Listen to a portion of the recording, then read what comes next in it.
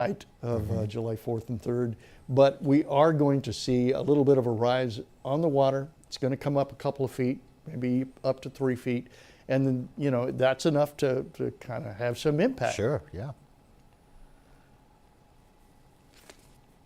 Well, you got any more data that came in or anything new that we've seen at this point? No more data, but I do want to go back to that video that we were showing. It has recovery crews. They are on the ground there in Kerrville, and they are over the Guadalupe River. If we could pull that video up and take a look. All right, while they're doing that, I'm going to pull back up here and show that flash flood watch. And again, here's the current amount of rain that we're watching, and it's really not coming back. Again, these are estimates with the radar. It's not coming back with any of the reds or any of the purples on the, at least within the last hour. So this is an hourly rainfall that we're looking at. We're estimating some light to moderate rain stretching out from Uvalde back up into Bandera County, get up into Kerr County, and right up into there, that's where we're looking at maybe some little hot spots there that are dropping a little bit more rain than we're seeing in most of the rest of the area. So what I'm going to do is get right up there and take a look at it. We're going to pull this back up. We're going to get right up here in the zone itself. We'll hit now and we'll take a look. So this is going to be a radar estimate of how much rain has fallen so far. So we're looking 2.9 inches of rain here, just up toward the north of Ingram. Then way up here north of Hunt, we're looking 2.7. And then the general area is sitting 1.7. Now, we've got some live shots out for that area. So let's see if we can take a look at that. All right, here we go. Let's take a look. There you go. You've got the, looks like we've got some rescue crews there. A little bit of a signal issue, but they are trying to get out there along the edge of the river, trying to get rid of that debris. And again, at the same time, do some search, trying to find any more things that they can locate within that debris field. Yeah, and it's challenging even for those crews on the ground. They have to move very methodically and very carefully because those branches and things are everywhere. And it's not just the branches. You've got to consider a lot of the sharp items, the metal objects and things that people had in and around their homes, all floating downstream. And so they would have to wear, you know, solid boots, for example, to make sure that they are protected as they are out there during those recovery efforts. Exactly, and the recovery efforts are going to be going on for an indeterminable amount of time because they're going to continue to look for people that are unaccounted for, Sure. missing, and from what I understand, they had some more people that they found today, which was very good. But tonight, the big thing is this rain could hamper some of that. As we see some of that rain back up toward the Kerr area, and if it gets again starts that little rise on the river there, that could be an issue for some of the people downstream still looking through and going through that debris. All right, do we have more images, or if we can't take the live image, do we have more video that we can show? I'm sure they'll be looking for it, and as they do that, we'll look at what was happening. There's the video that we've got coming from our helicopter. Yeah. Darian, looks like they're trying to really get into that debris quite a bit. Yeah, those are live images you're looking at on your screen, and you can see the recovery teams there fanned out. Again, moving very methodic. They are being very careful.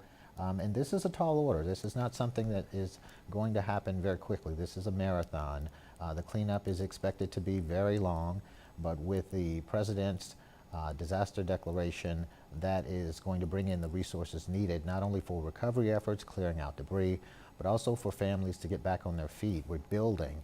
I did spend some time in New Orleans for 5 years before coming here to San Antonio, and we know that that's a hurricane area. Hurricanes hit that area every season, and so there we were able to see the effects of flooding. And a lot of times people don't understand when the importance of a disaster declaration. People can have insurance, they could have flood insurance, that is, or maybe not, but with that disaster declaration, that helps those families rebuild without getting into the red tape of insurance and claims and whether or not you had coverage, adequate coverage, and what the limit to those coverages were. So that is major that the President has signed that disaster declaration that will help families in that area.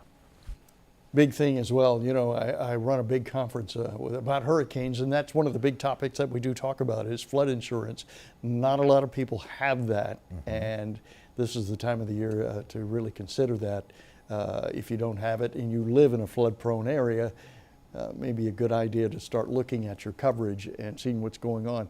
All right, so again, we want to emphasize that while they're looking or trying to get into that recovery mode, they're not stopping to look for people. It's also kind of a hybrid. We're looking, but we're recovering at the same time. So they're not giving up on the search. They're still looking to find as many people as they can. And as the governor said, they're going to keep that going until they find everyone. But we do have a recovery effort that also is in place. So you got two things going on at the same time. For us, we've got a few things happening at the same time. You've got a flash flood watch that's out. You've got a couple of little flash flood warnings that are out back up into here. This one in considering, but watch what's happening here with the storm system. We see it developing along a line back out here toward the west. That's an interesting setup, so we're going to keep an eye on that. A little further in, you'll see another little pocket developing up here just up northern Bexar County. Keep in mind that Medina Lake is sitting right about in here. So again, we want to see if we get any response to Medina Lake. We were looking at Canyon Lake earlier, and yeah, it did go up a little bit. Boy, we've got a nice little rise on that, but you know, it was way down there. It went from 48% to 60% full now. So it got enough water in there to kind of pop it up a little bit, but we're looking at more water likely coming down. Right now in the Bexar County, you can see there's a couple of little shots here of some heavier rain that are coming in. So if you're over in western Bexar County, it looks like you're getting some rain right about now. You know, something you just mentioned, I want to spend some time, as the state leaders did during the press conference. We are used to search efforts. We know what that means, looking for live individuals, but recovery, we associate that with the more daunting outcome. But they took some time to explain to people and informing the media so that we could inform the public that the recovery efforts are not only about the missing and those living, it's also about clearing out and making way so that people can get their lives back together again, clearing the debris, making sure that the power is back on. Some homes did lose service, of course, those not in the hardest hit area. They lost everything, but some outlying areas, they lost power. So recovery is about restoration, it's about clearing a path, it's about getting the community back on its feet. And so he wanted to make sure that he explained that to us and to people listening in. The emphasis, though, the priority is finding the people who are alive. And we know that time is of the essence. It's been some hours, and you know, when you start thinking about hydration and you think about food, they've got to find people quickly, and they wanted to assure the public that they are in fact doing just that. Again, you're looking live at an aerial shot from our chopper high above, and this is over the Guadalupe in Kerrville. Search crews fanned out there, and they are slowly moving through, searching that area, making sure that they leave no stone unturned, looking for survivors, and at the same time looking for any of those missing. Absolutely, and as you mentioned, that is a very daunting task because there's a lot of debris to go through all along that area, and they're trying to clear a spot, or at least search a spot at least 300 feet on either side of the river there, trying to get through that. Here's another shot. You can see the river there still. It has receded quite a bit, but there's still a lot of water available down in that area. And again, we were looking at the gauges, and I just checked them again just to make sure. We're still getting that 2.5 reading right there at Kerrville, and then we're looking at a little bit more back up toward Hunt, where they're thinking it's going from a late 8 to 11 feet or 11.2 feet. So we're going to get a little bit of a rise. It's about a 2-foot rise, it looks like, on the Guadalupe River, at least out toward Hunt. We're going to see if that's going to translate enough, because it's got to travel a long way. It's got to get down there into Kerrville. Whether or not that will translate down into the Kerr County gauge right there at Kerrville. So we haven't seen it hit the gauge yet. We haven't seen that forecast hit the gauge yet, but we do know it is coming up a little bit at Hunt. We're watching the rain as it's pushing a little further west, developing into a line there. Very strong line of storms setting up western Bexar County, back up into western Kerr County at this hour. Here's where the warnings that are up. You've got one warning that's sitting back up here. That's up till about 7:30. That only includes Kerr County. This area here has Kerr County and back up to Gillespie County as well. And so we're going to watch that. The big green area is a big flash flood watch that's in effect. And when you put the radar associated with that, you can see where the big rains are going on. And again, all that debris associated with what already passed through. So we're looking at the potential of getting more rain into the watershed, and then potentially coming down into some of these areas that they're already trying to clear. So where the water is low now, it may come up a couple of feet. So that's one thing that we're going to be watching for, Darian. Yeah, you know, we don't have a lot of the images to show you now, but some of the images I saw earlier today just stand out in my mind, and I want to try my best to relay that to you. Our reporter, Jordan Elder, she was out at a home that was intended to be an Airbnb. She spoke with a couple there. They had just restored the home, took some years to do it, and in an instant that home was destroyed. But one of the remarkable pieces of video that she was able to share with us showed, you know, it was what looked like a metal shed that had wrapped around a tree, and that was some 6 feet high, which speaks to just how much water had rushed through that area and the force that it took to wrap that metal around the tree. And she showed us all kinds of, you know, things that were inside the home. She took us to the home and showed the water level of just how high it was. Highest, it was up to the top of up to the door. And so some of those images are just devastating and stand out in our minds, and we're reporting on it. So could you just imagine what it's like for people who are living through it and suffering through it? So we just got word that President Trump said he may visit the area this Friday.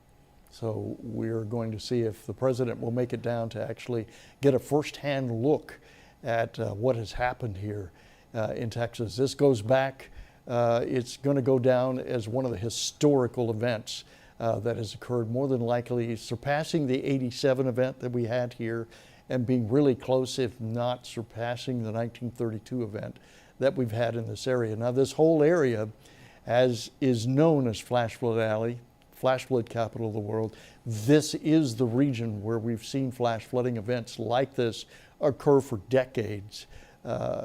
This one just happens to be one of the worst ones that we've seen in at least a couple of decades.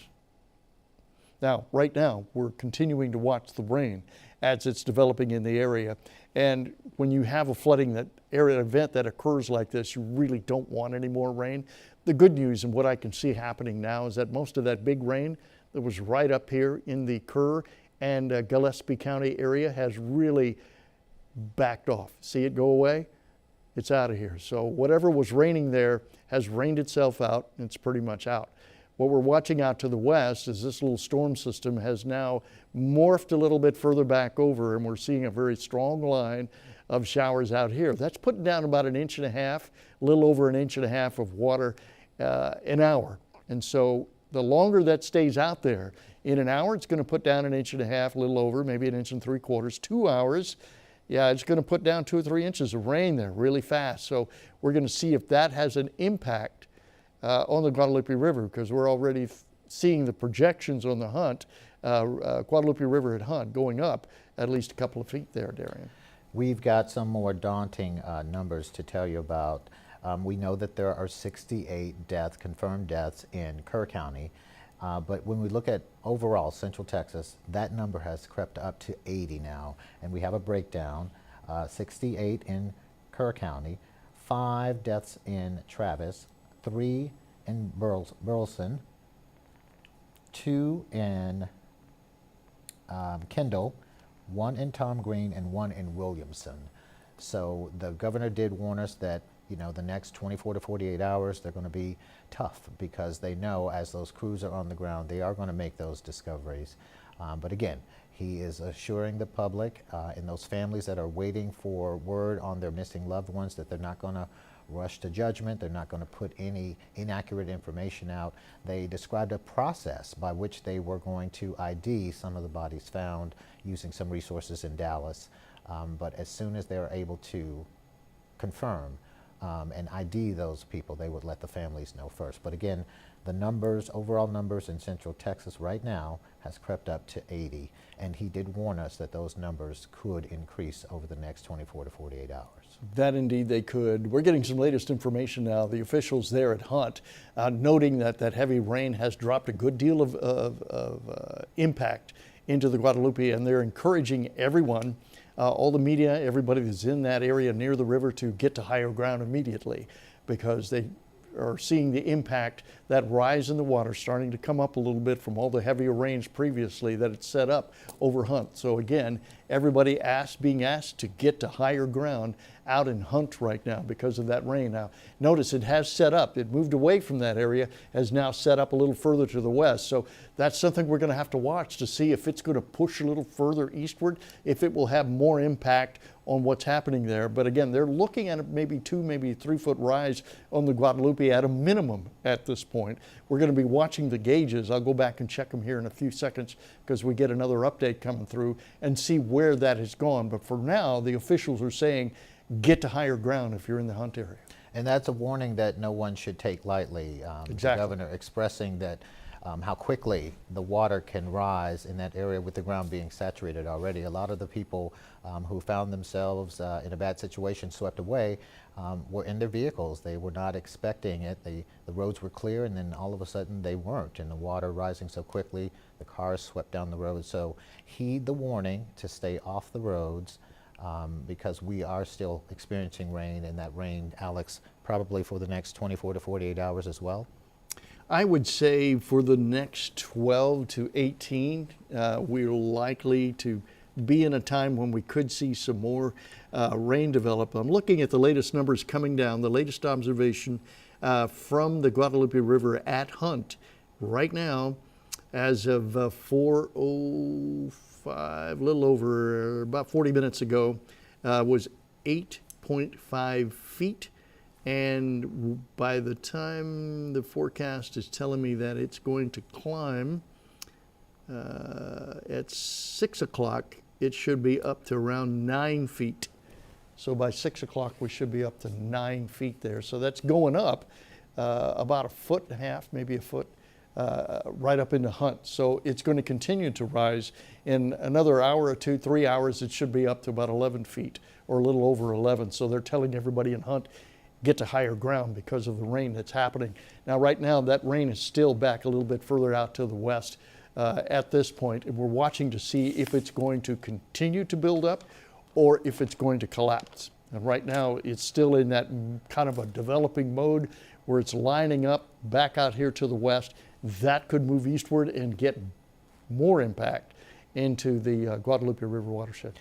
And is this flash flood warning that we're hearing from the National Weather Service, is it until 6:30 or has that time been extended now? We're going to double check on that right now. I'm going to what the latest we were going to do on that. I'm going to get back up here and I'm going to pull this out, take a look at it.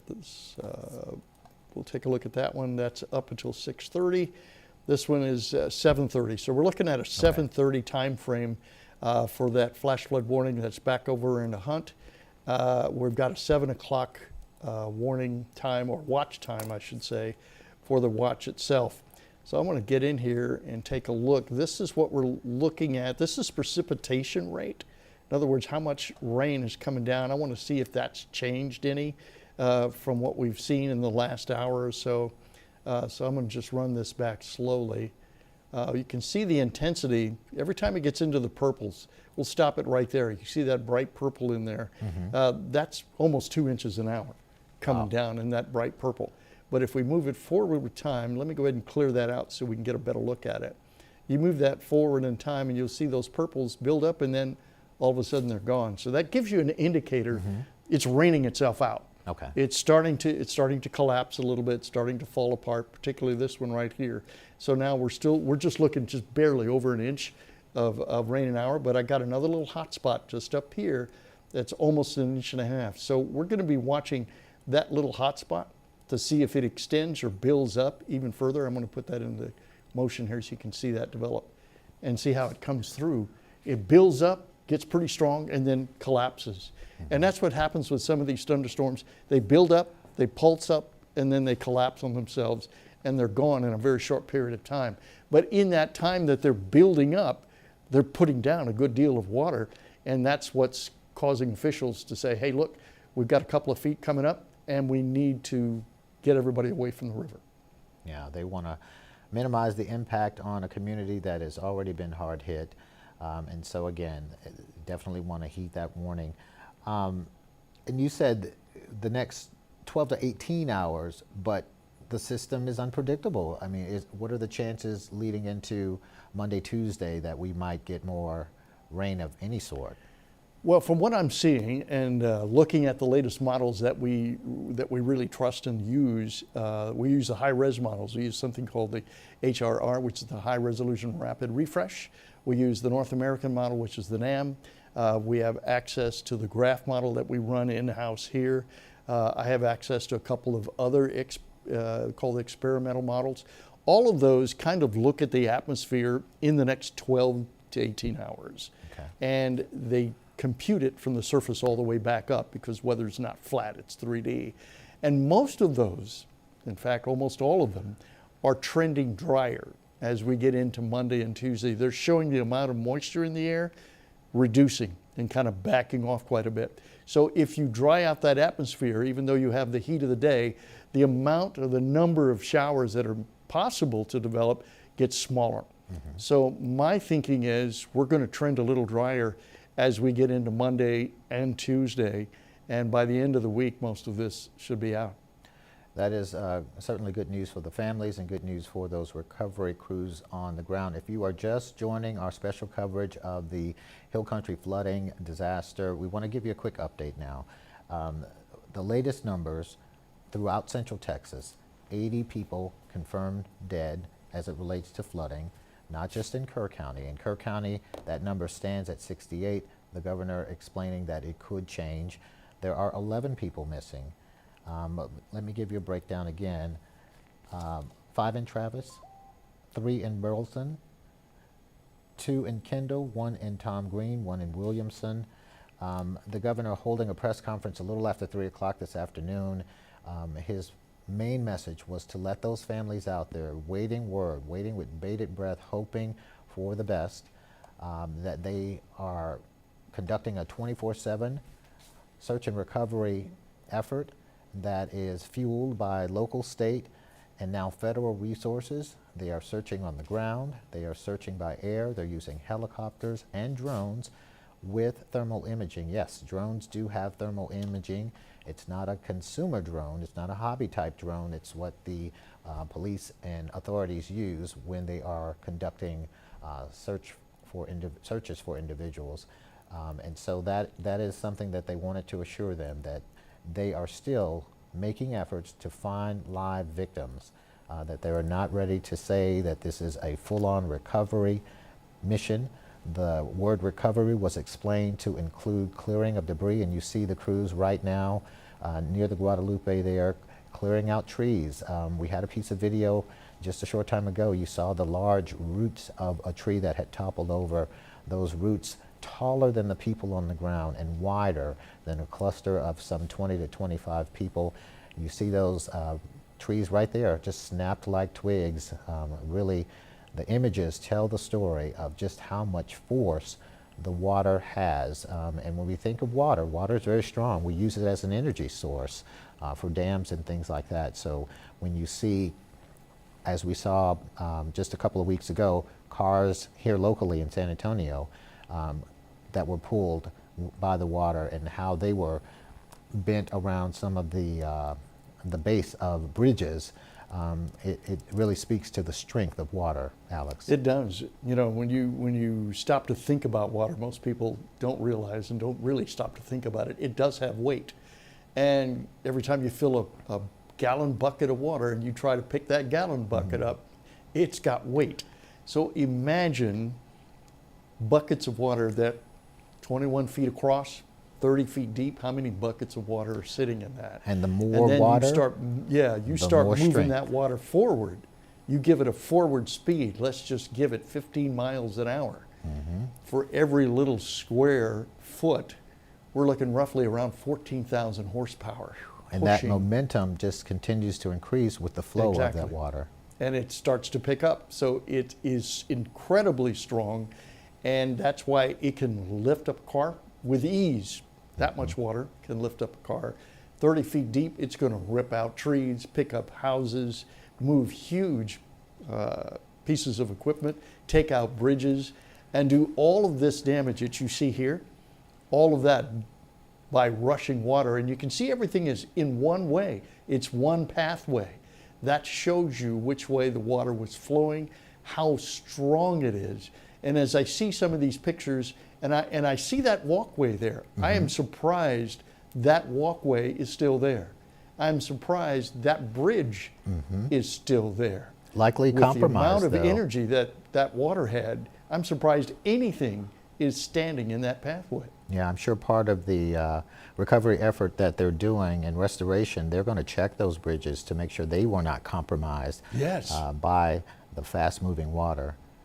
They could easily be undermined and be compromised big time as we see that water go through. But still, the amount of energy that water has is incredible. And we've had a good deal of it fall. In fact, we were looking at 16 trillion gallons that fell in that big event.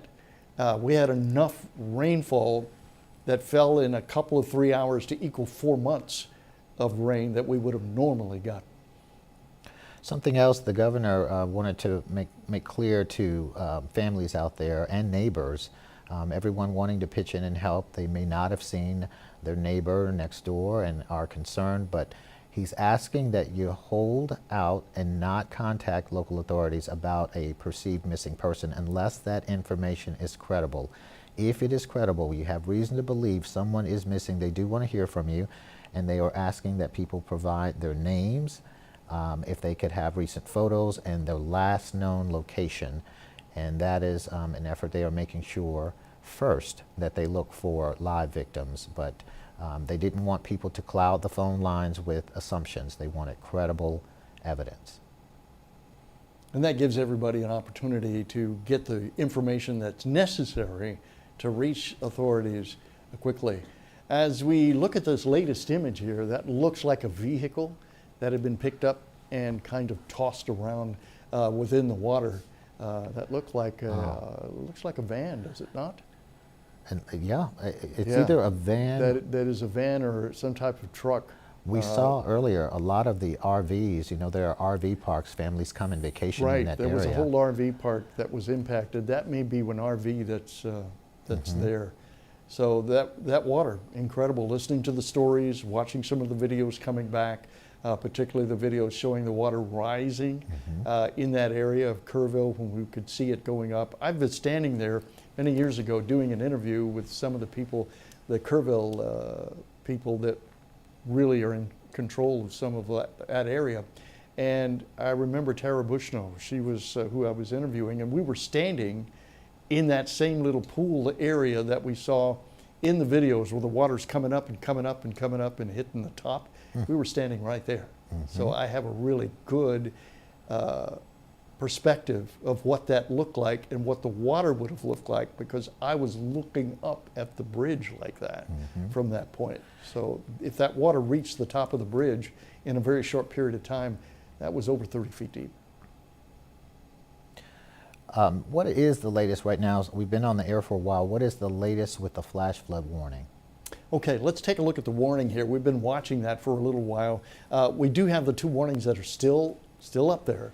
And again, this one's sitting here. It covers Kerr County and back up to Gillespie County. This one's the one's out till 7:30. That's the one that we were watching. We were watching that big storm develop just up toward Hunt. Put down enough water so that they're thinking that the Guadalupe River at Hunt, they're forecasting it to rise to 11 feet by 9 o'clock. Now, right now, it's at 8.2 feet, I believe. That was the last number I saw. So it's going to go up, but only go up a couple of feet, but 2 feet on the river. that's a lot of water coming up on a river, and that's a lot of energy coming with that river down there. Now, the other part of it is we watch that big storm kind of move over.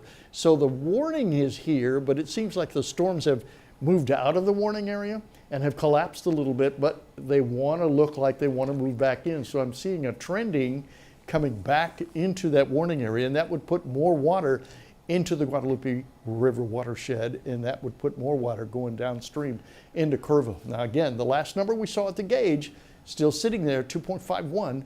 We're going to look at the update here coming up, should come up here in a couple of minutes, and we'll see what that looks like, if we've got any change in that gauge that's coming up.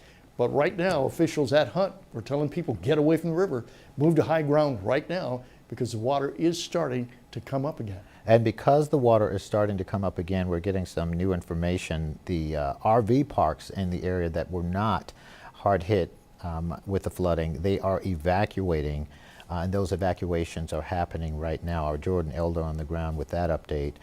And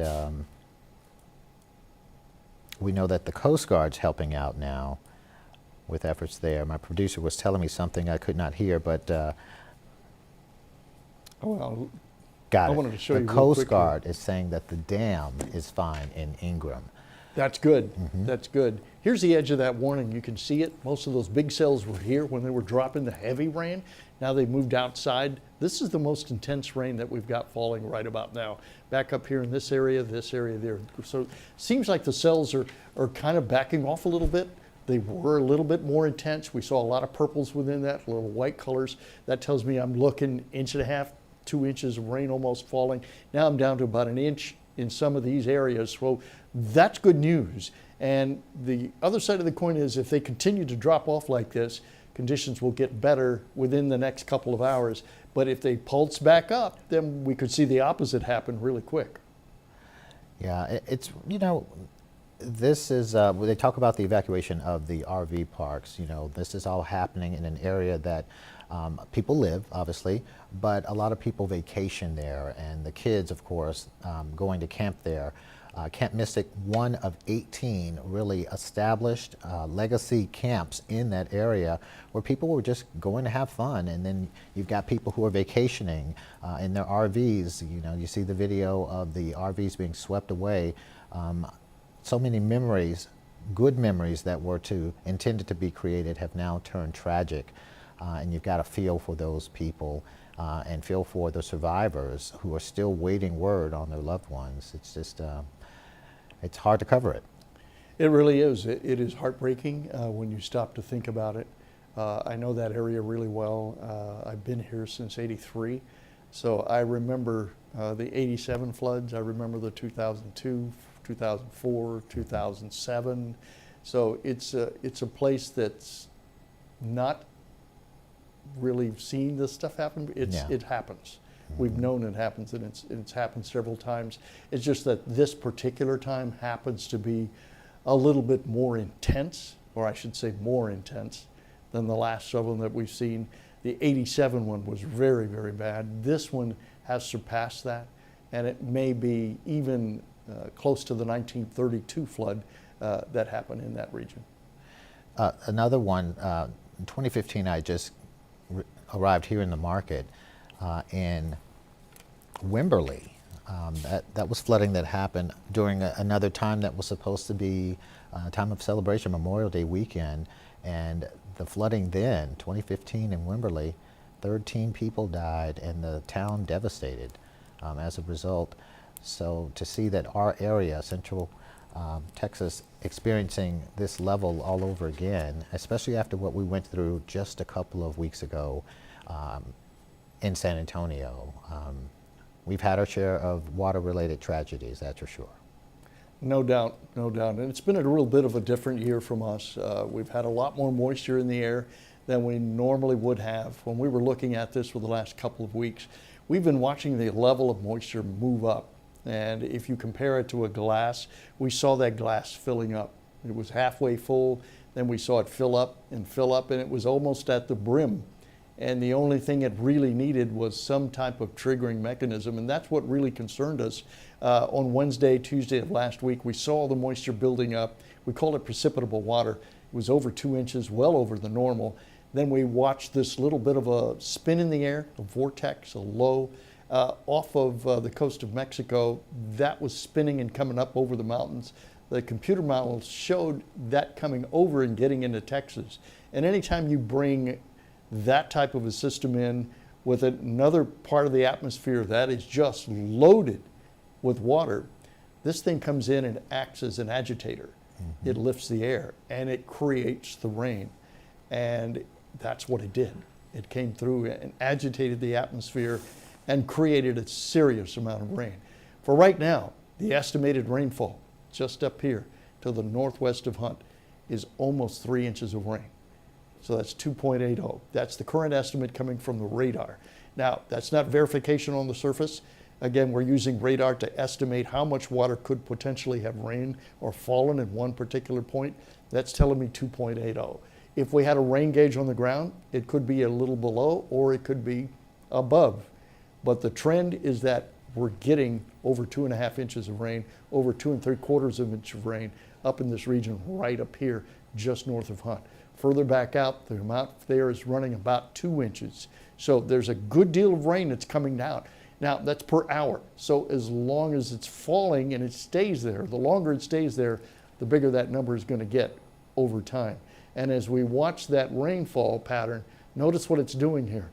It built up and now it's falling apart again. So we're pulsing up and we're pulsing back down.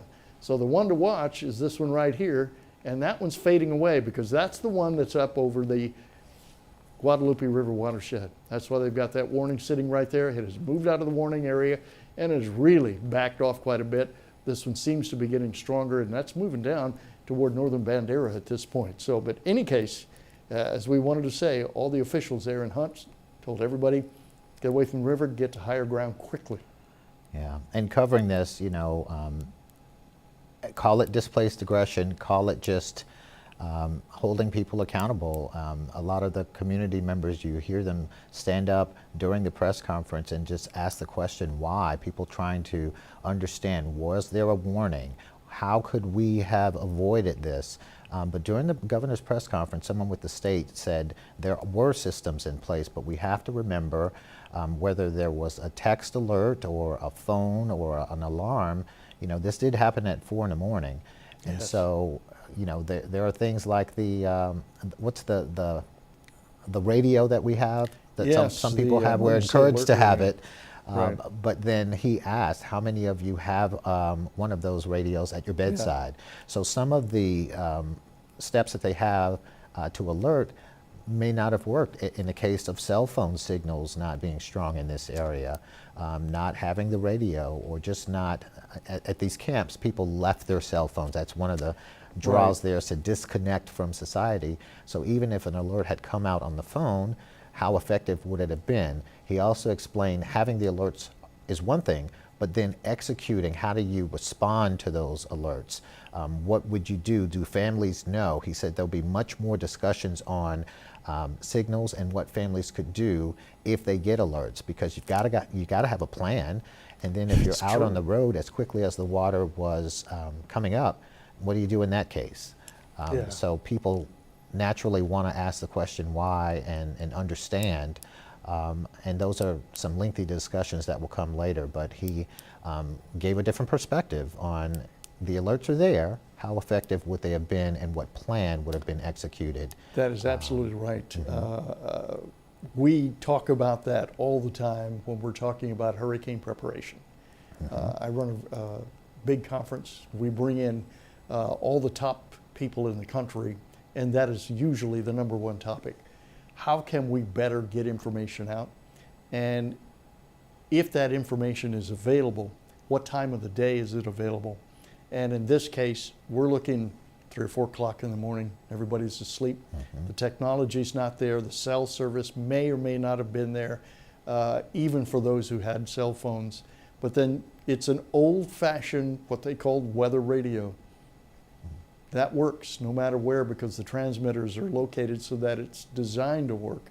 But the issue is, if you don't have that, then you don't get that alert. You sometimes you just got to depend on old-fashioned technology to make things work if you're not looking with cell phones, because cell phones have limitations with the cell signals, but that radio signal is there. It's always there. The other side of the coin is, and it's also a big part of the discussion, you can deliver the information, you can deliver the warning, but the response may not be what you think it's going to be. If I tell you there is a flash flood warning, what is the usual response from someone? Someone will listen to it and either do two things. They will go act immediately, or they'll stop and think, and they'll try and verify it. And the question is, who are they going to verify it with? Are they going to verify it with us? Or are they going to verify it with their neighbor, their friends, or somebody on social media? And the research shows they're going to go to social media and go to their friends instead of coming here To a trusted verify. source. And so as a result, time is ticking. Time is ticking. And by the time some of them finally make that decision, they've reached the point of no return. That's what the research shows in countless presentations that we've seen over and over from social scientists from all across the country, that people delay their response because they're trying to verify, but it's the choice of verification that counts. Well, in this day and age with so much misinformation out there, you kind of understand why, but if it's a warning that involves a life and death reaction and situation, you don't have that time. You've got to No. act. You don't, you really don't. And you have to depend on the trustworthy of the initial warning and who it comes from. That's very important. So we have to know that when we see that warning, and all of the meteorologists, all the television meteorologists, we all get it from the same place. It all comes from the National Weather Service. So when that warning is issued, and we know it's there and it's coming from the Weather Service office, then we know we can trust it. The moment that it doesn't come from there, then the trust is broken.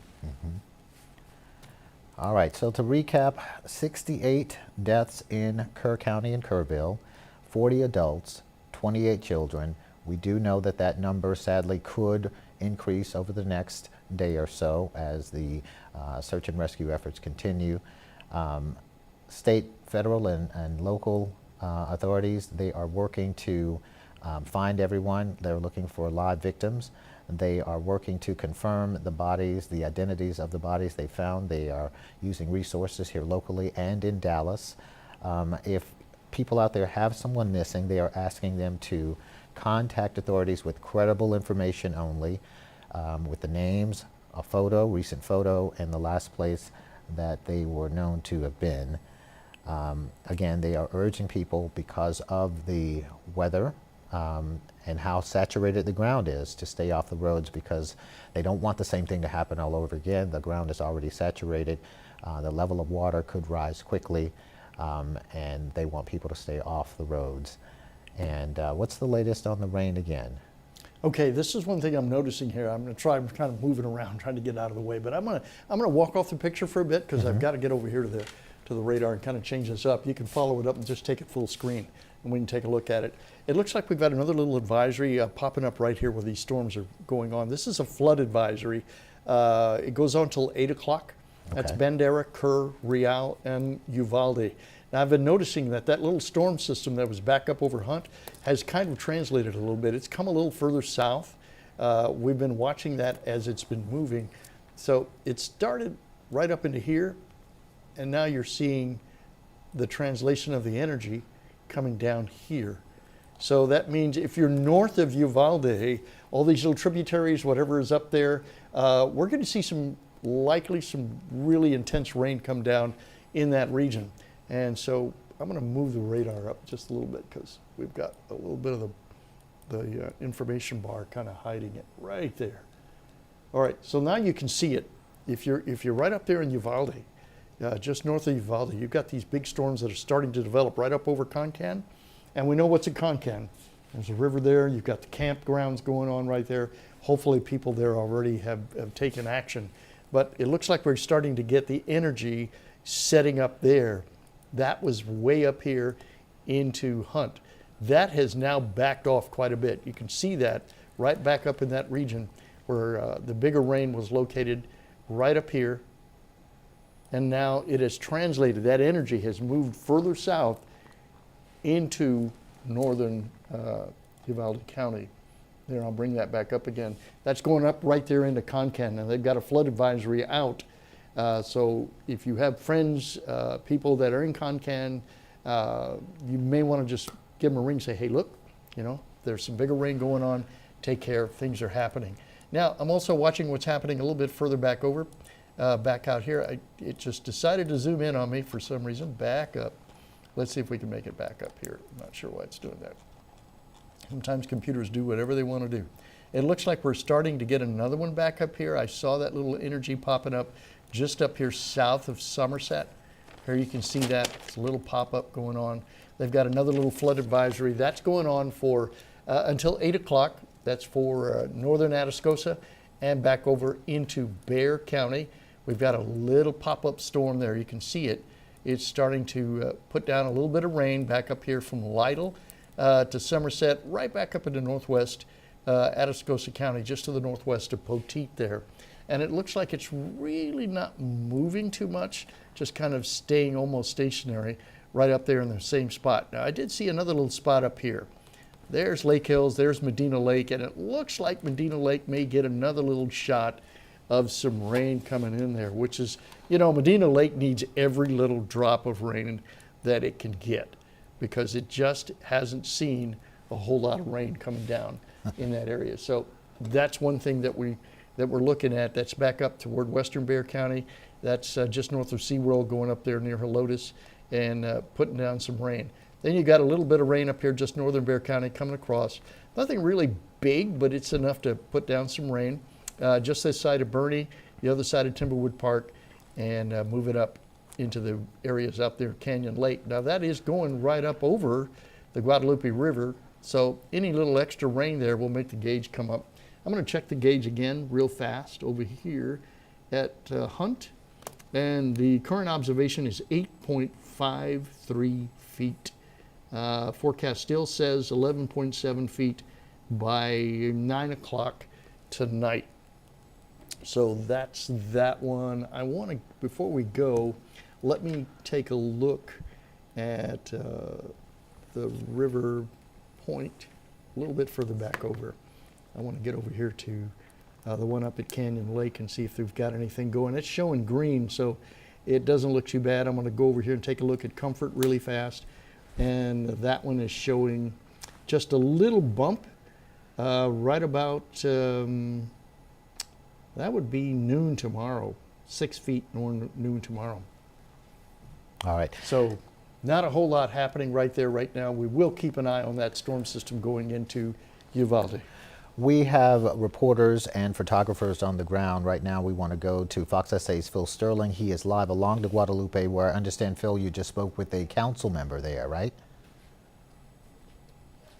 That's right, Darian. I'm here right out of Ingram. I mean, you know, the Guadalupe River is right behind me. It was more like a lake just 2 days ago, just flowing down where it usually goes. But I want you to take a look at these crews over here down by, it looks like a bridge. It looks like they're looking for something right now. Of course, we have first responders searching for people, and then after people, property. But we've been watching that for a little bit. We haven't really seen how, or if they found anything, or if they're just clearing debris from that area, which wouldn't be a surprise considering how much debris we have here. I want you to take a look over here, just follow me onto this side, at how wide the Guadalupe River is right now. I mean, you can see what's Old Ingram Lake all the way down there, Ingram Dam, and then New Ingram Lake behind that. And it's just, it's, you know, it's maybe 100 feet width, just going all the way down this river. I spoke to some locals, follow me over here. I spoke to some locals who tell me that the night of the flooding, I mean, there's this island over there, it's green, this green grass over there where people were camping, but were eventually swept away in their tents and saved from trees further down the river. And this water you see down here actually didn't exist. It's actually the Guadalupe River is those rapids behind it. This is just a new section of the river, essentially. I actually have Councilmember Ray Howard with Ingram with me here right now. Ray woke up early in the morning and he saw exactly what was happening. Ray. Yeah, we've got the emergency flash flood warnings on the phone, 3 of them. When the third one came out, I came off I live right here, right on, this is our property right here also.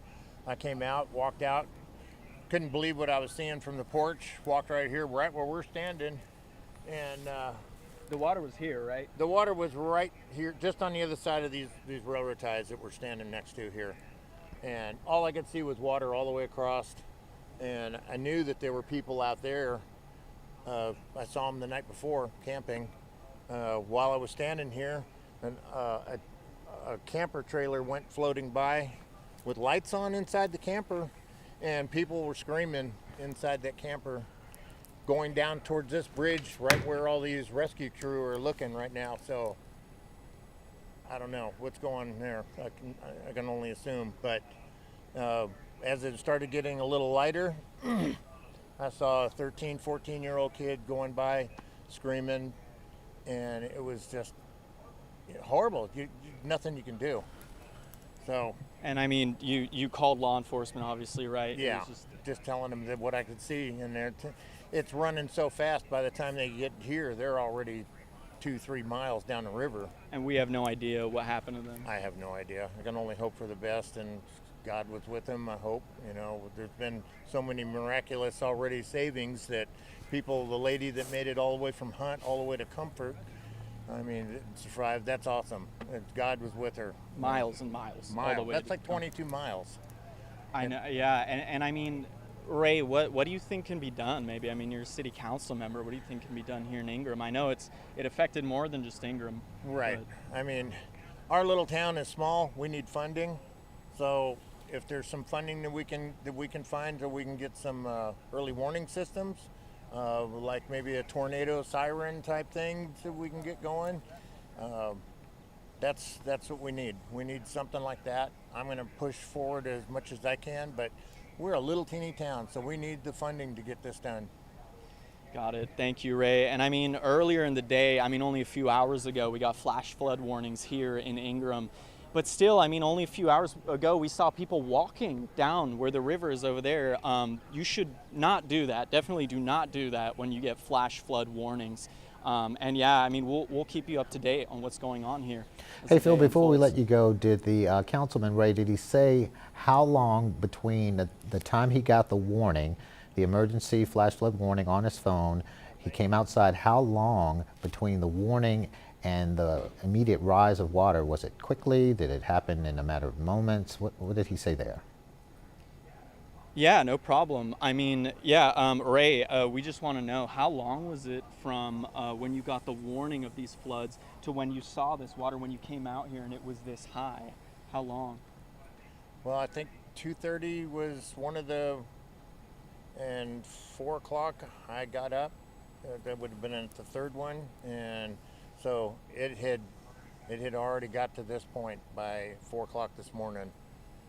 That morning. Within 2 hours, basically. Within 2 hours, yeah. A lake size almost.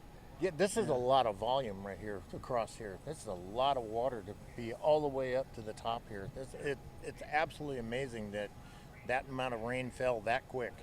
Right, and just for the viewers, it was from here to that tree line way over there. Yeah, so. And Phil, The things I want to give a shout out to is the responders, everybody that showed up so fast. Can't thank you enough for being and doing what you're doing, and you're still here. And I know Governor Abbott said he's not going to leave. They're not going to leave until everybody's accounted for. So I just want to thank you, all the responders, everybody that showed up. It's amazing how quick y'all got here. Got it. All right, thank you, Ray. I think they have one more question, maybe. no do question you for guys him. have- The council person there thanking first responders, also saying that it's a funding issue and they would like alarms there to sound for, events like this. Phil, before we let you go, can you go back over to the heavy equipment?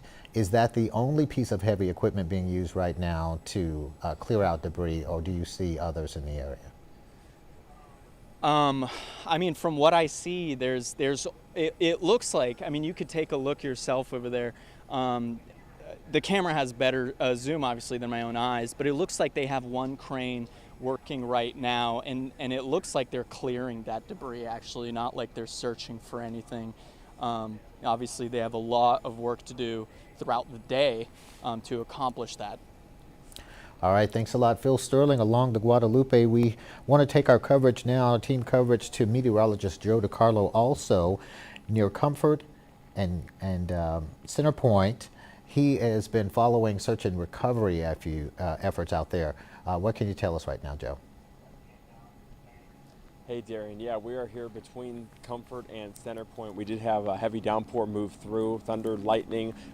We now have relatively light to moderate rain falling at the current moment, but the rain not stopping any of the search and rescue operations ongoing right now. Let me just pan real quick to show you where we are. We're right along the Guadalupe River here near Center Point. We do have a group of volunteers.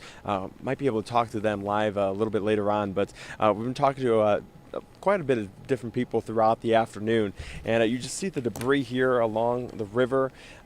Really, this stretches for miles and miles. But what we've seen so far today, we were with a group from the Alamo area search and rescue, and they're a volunteer group, and they've been out here for the past several hours. We have video of a little bit earlier when we were with them, and their cadaver dogs, and they were searching for 5 hours or so when we did come across them.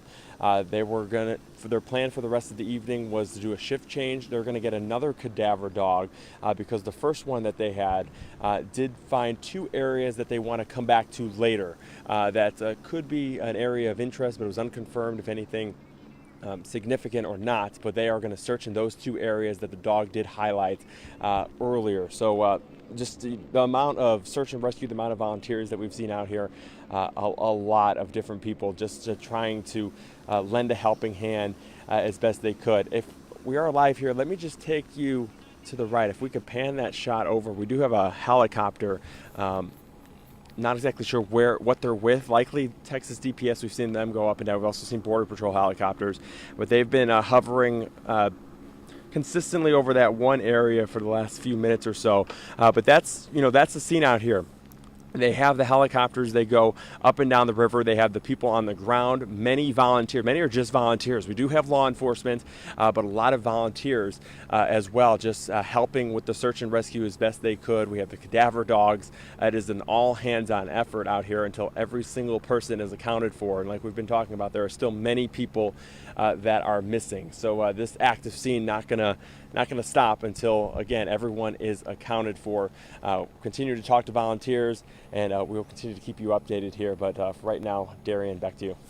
Joe, before we let you go, and you may have said this at the beginning of your live report, so if so, I apologize, but I was distracted with all that's going on here in studio. The people behind you, are they part of the organized search and recovery teams, or those locals? I'm pretty sure they are local. We were talking to the group, the gentleman in the red hat. He was a volunteer. He said he came out just strictly by himself. Now, he was working with a group that he found earlier that was, he wasn't sure exactly what group. We will talk to him a little bit after this live shot, and hopefully maybe he could talk to us live in a little bit. But there were some people that were with specific groups, and then, like himself, some people that just showed up and decided, hey, what can I do to help? And he found a group to walk with and search. So it's kind of a split thing. Some are with particular groups, and some are just volunteers that want to lend a helping hand. All right, thanks a lot, Joe. We'll let you get after getting us some additional information. Joe DiCarlo, live in Comfort tonight. All right, if you're just joining us, you see it on the bottom of your screen, 68 confirmed dead in Kerr County, Kerrville area, 40 adults, 28 children. And if you look at the total number of people who are deceased in Central Texas, that number is 80. And the breakdown, 5 in Travis, 3 in Burnett, 2 in Kendall, 1 in Tom Green, 1 in Williamson, and again, that's 68 in Kerr County. The 24/7 search and recovery efforts are underway. They are fueled by local, state, and now federal resources, with the president signing the mass disaster declaration that is bringing more boots on the ground. They are searching on the ground and by air. Joe just pointed out one of the DPS choppers high above. They're also using drones. They're using helicopters. As we are at 5:36 now, it will get dark a little bit later, but the search and recovery efforts will continue with the use of thermal imaging, that thermal imaging in both the helicopters and the drones. They are assuring families at home with missing people to keep hope. Because they may not have heard from them, but when you consider cell phones may have been swept away too, they are working to identify and reunite families. There are several reunification centers that have been set up throughout the area affected by the flooding.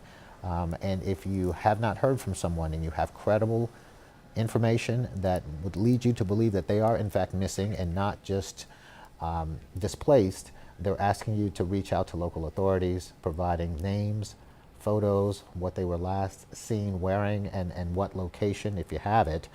And they are doing everything they can to effort live victims.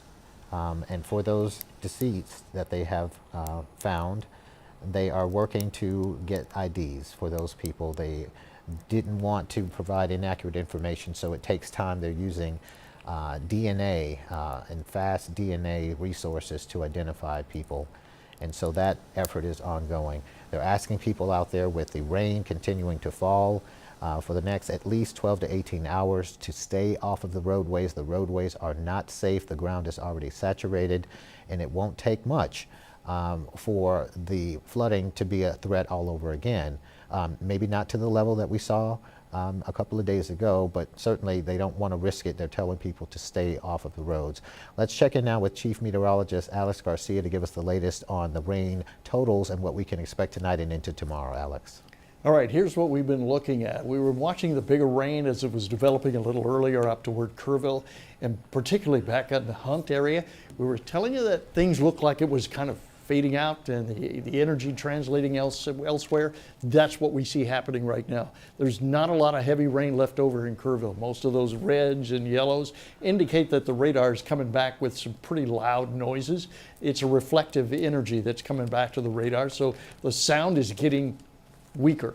And as the weaker sounds come in, that tells me that the rain is starting to really back off. We're going from heavy rain to moderate rain to light rain. And so right now I'm getting a moderate to light rain with a little pocket right there of maybe some heavy rain back up into Kerr County.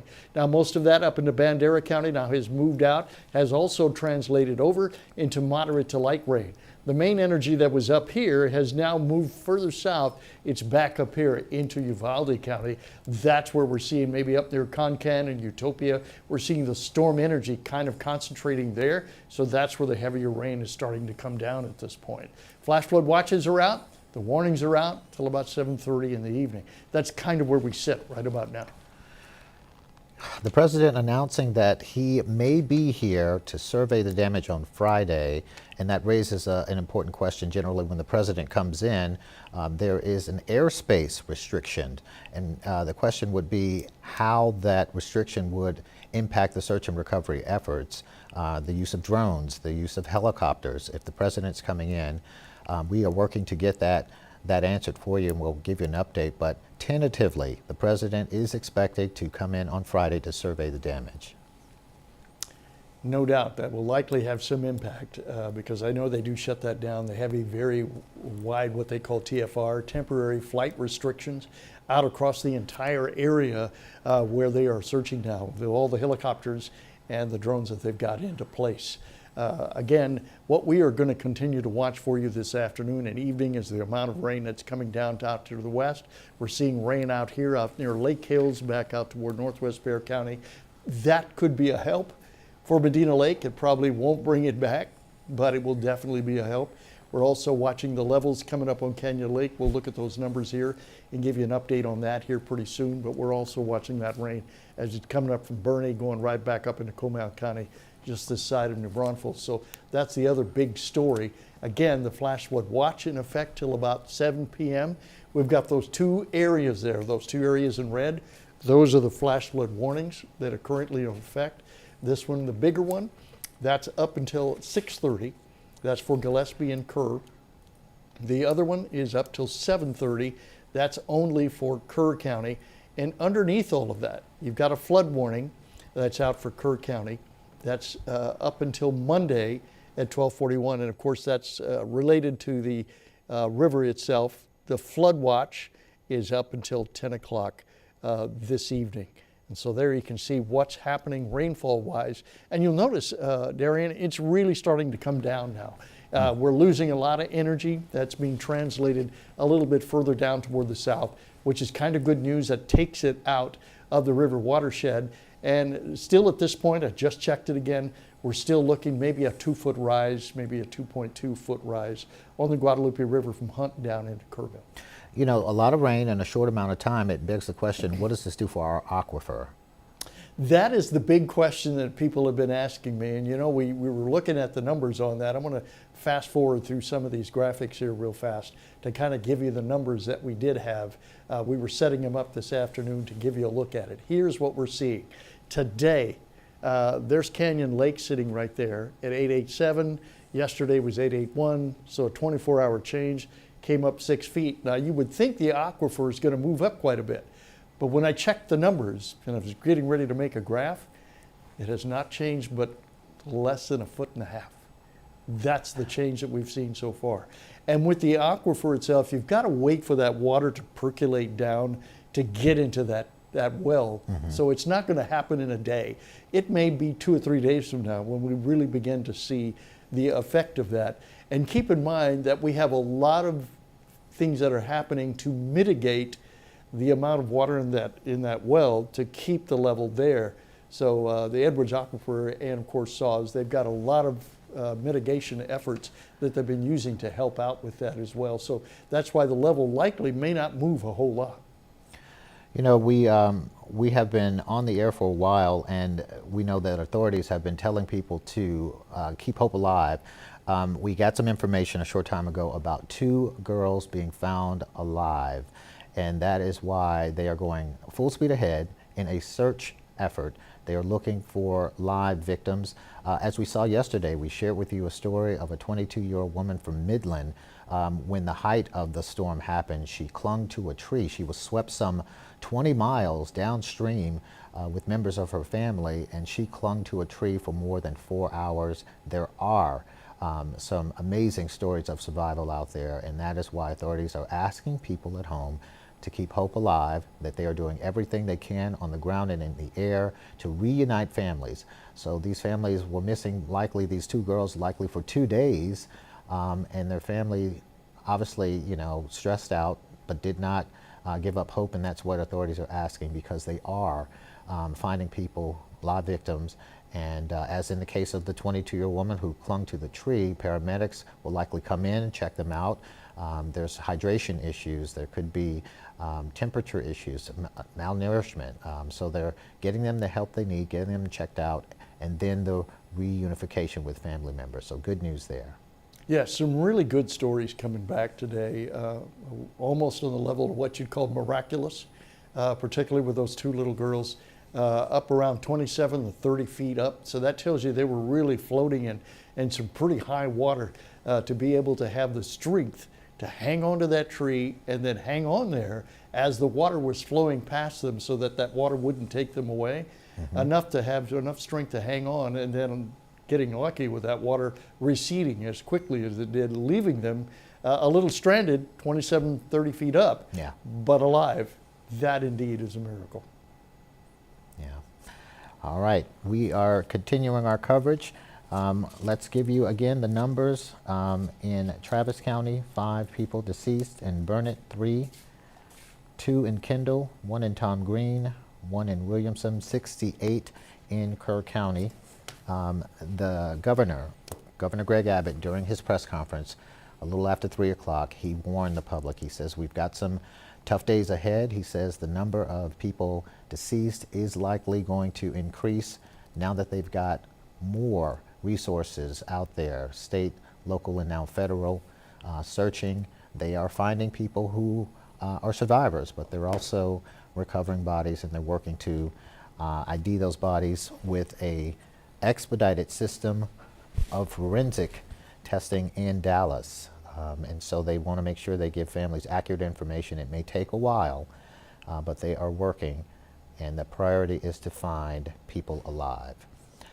All right, Alex, and you said the rain is... On the latest numbers here, coming out with the gauges, and it hasn't changed. We're still looking 2.5 feet down there in Kerrville, Okay.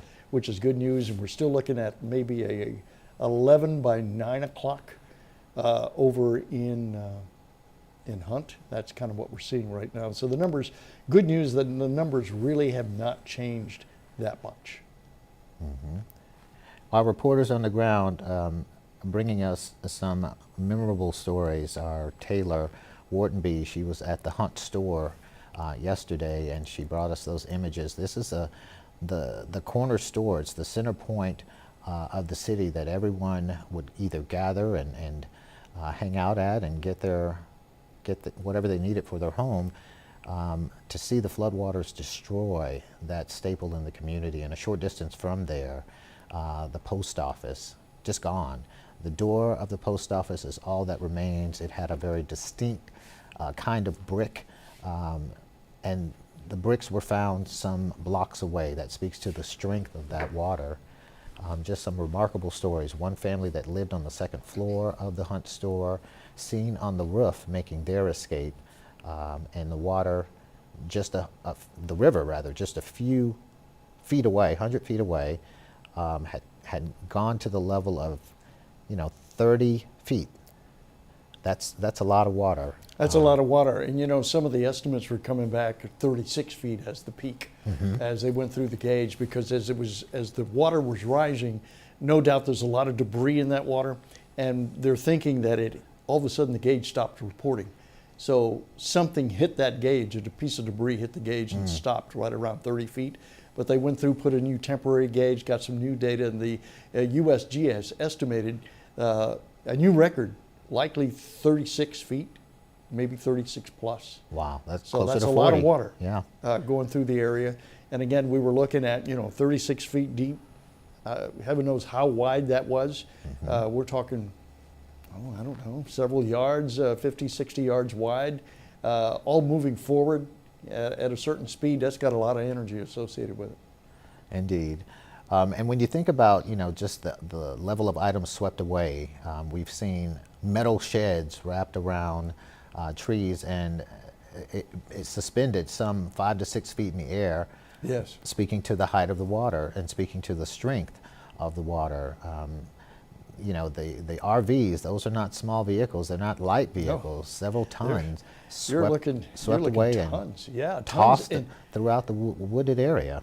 And what really stood out to me is that we were looking at some of the aerial video coming through with the bridge, and it showed which looked like one of those machines. It's like has a little carrier that carries people up to high heights. I forgot what you call those things now.